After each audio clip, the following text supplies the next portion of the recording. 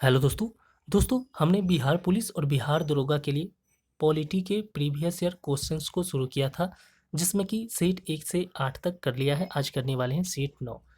दोस्तों, इन सभी सेट में ऐसे प्रश्नों को रखा गया है जो कि आपके बिहार पुलिस और बिहार दरोगा के एग्जाम्स में बार बार प्रश्न पूछे गए हैं। इससे आपके आगामी एग्जाम्स में आने की संभावना बढ़ जाती है इन सभी प्रश्नों को। तो आप इन सभी प्रश्नों को ध्यान से देखिएगा और पूरे वीडियो को ज़रूर देखिएगा। दोस्तों, इस चैनल पे नए हैं तो चैनल को सब्सक्राइब जरूर कर लीजिएगा, जिससे कि आने वाली सभी वीडियो आपके पास पहुंच जाए। और साथ ही साथ आप किस एग्ज़ाम्स की तैयारी करते हैं ये कमेंट करके ज़रूर बताइए, ताकि मैं उस एग्ज़ाम को टारगेट करते हुए वीडियो बनाऊँ। ठीक है दोस्तों, तो चलिए देखते हैं। दोस्तों, बात करते हैं सबसे पहले प्रश्न की। तो सबसे पहला प्रश्न है कि किस अनुच्छेद में न्यायपालिका की स्वतंत्रता की व्याख्या है। वो कौन सा अनुच्छेद है जिसमें न्यायपालिका की स्वतंत्रता की व्याख्या किया गया है? तो अनुच्छेद 50 है। कौन सा अनुच्छेद? अनुच्छेद 50 में।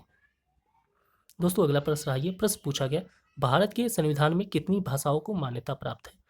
भारत के संविधान में कितनी भाषाओं को मान्यता प्राप्त है? तो 22 भाषाओं को मान्यता प्राप्त है। ठीक है, कितने भाषाओं को? तो 22 भाषाओं को मान्यता प्राप्त है। दोस्तों, अगला प्रश्न रहा, ये प्रश्न है, किस संविधान संशोधन को मिनी संविधान कहा जाता है? कौन से संविधान संशोधन को मिनी संविधान संशोधन कहा जाता है? तो 42वां संविधान संशोधन को मिनी संशोधन कहा जाता है। और ये कब हुआ था? 1976 में। 42वां संविधान संशोधन कब हुआ था? 1976 में। ठीक है दोस्तों, अगला प्रश्न रहा, ये प्रश्न पूछा गया, भारतीय संविधान की प्रस्तावना किसके द्वारा अपनाई गई? भारतीय संविधान की प्रस्तावना किसके द्वारा अपनाई गई? तो भारतीय संविधान की प्रस्तावना किसके द्वारा अपनाई गई थी? तो संविधान सभा द्वारा अपनाई गई थी। कब अपनाई गई थी? तो 26 नवंबर 1949 को। ठीक है दोस्तों, अगला प्रश्न आइए, प्रश्न पूछा गया है, स्वतंत्र न्यायपालिका का अर्थ क्या है? स्वतंत्र न्यायपालिका का क्या अर्थ है? तो स्वतंत्र न्यायपालिका का अर्थ न्यायपालिका कार्यपालिका और विधायपालिका से स्वतंत्र होगी, यही अर्थ है। ठीक है, क्या अर्थ है? कि न्यायपालिका कार्यपालिका और विधायिका से क्या होगी? स्वतंत्र होगी। इसका अर्थ यही है। दोस्तों, अगला प्रश्न आइए, प्रश्न पूछा गया, कौन सा अनुच्छेद राष्ट्रीय आपातकाल से संबंधित है? कौन सा अनुच्छेद राष्ट्रीय आपातकाल से संबंधित है? तो राष्ट्रीय आपातकाल से अनुच्छेद 352 संबंधित है। दोस्तों, अगला प्रश्न रहा, ये प्रश्न पूछा गया, भारत के संविधान में नीति निर्देशक सिद्धांत किस भाग में है?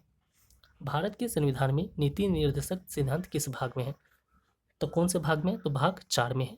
ठीक है, कौन से भाग में? भाग 4 में। और अनुच्छेद की बात करें तो 36 से लेकर 51 तक। ठीक है दोस्तों, अगला प्रश्न रहा, ये प्रश्न पूछा गया, भारत में न्यायाधीशों की नियुक्ति किसके द्वारा की जाती है? भारत में न्यायाधीशों की नियुक्ति किसके द्वारा की जाती है? तो भारत में न्यायाधीशों की नियुक्ति राष्ट्रपति द्वारा किया जाता है, जो कि कॉलेजियम प्रणाली की सिफारिश पर किया जाता है। ठीक है दोस्तों, अगले प्रश्न की बात करें, अगला प्रश्न रहा, ये प्रश्न है, संविधान में मौलिक अधिकारों की शुरुआत किस देश से ली गई है? संविधान में मौलिक अधिकारों की शुरुआत किस देश से ली गई है? तो अमेरिका से ली गई है। किस देश से ली गई है दोस्तों? तो अमेरिका से ली गई है। दोस्तों, अगला प्रश्न है, ये प्रश्न पूछा गया, कानून के समक्ष समानता किस अनुच्छेद में है? कानून के समक्ष समानता किस अनुच्छेद में है? तो अनुच्छेद 14 में है। ठीक है, अगला प्रश्न रहा, ये प्रश्न पूछा गया, राज्यपाल को हटाने का अधिकार किसके पास है? राज्यपाल को हटाने का अधिकार किसके पास है? तो राज्यपाल को हटाने का अधिकार वो राष्ट्रपति के पास है। किसके पास है? तो राष्ट्रपति के पास है। दोस्तों, अगला प्रश्न रहा, ये प्रश्न पूछा गया, राष्ट्रीय भारतीय संविधान का निर्माण कार्य कितने दिनों में पूर्ण हुआ? भारतीय संविधान का निर्माण कार्य कितने दिनों में पूर्ण हुआ?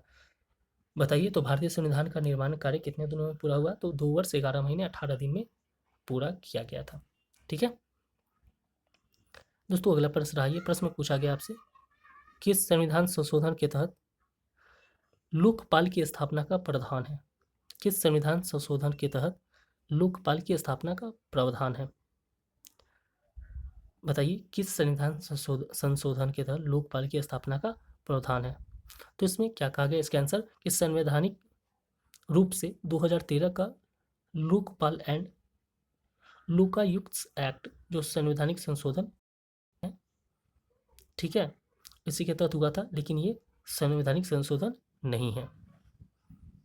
ठीक है दोस्तों, अगला प्रश्न है, ये प्रश्न है, भारत में संविधान लागू होने के समय कितनी अनुसूचियां थी? भारत में संविधान लागू होने के समय कितनी अनुसूचियां थी? तो 8 अनुसूचियां थी। कितनी थी? 8 अनुसूचियां। दोस्तों इस सेट का लास्ट प्रश्न है कि गणराज्य का क्या अर्थ है। गणराज्य का क्या अर्थ है? तो गणराज्य का क्या अर्थ है? देखिए, राष्ट्र प्रमुख जनता द्वारा चुना जाता है। गणराज्य का यही अर्थ है कि राष्ट्र प्रमुख जनता द्वारा ये चुना जाता है। दोस्तों आशा करता हूँ ये वीडियो अच्छा लगा होगा। मिलते हैं अगले वीडियो में, तब तक के लिए धन्यवाद।